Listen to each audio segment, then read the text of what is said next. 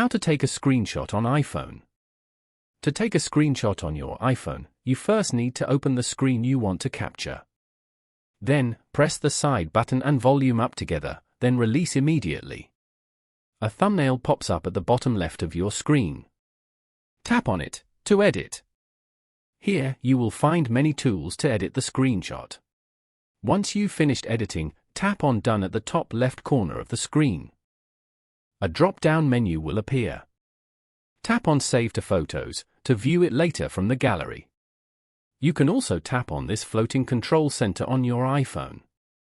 Then, tap on Device. After that, tap on the three dots over here. Now, tap on this screenshot button over here to take a screenshot. There you go, you can now successfully take screenshots on your own.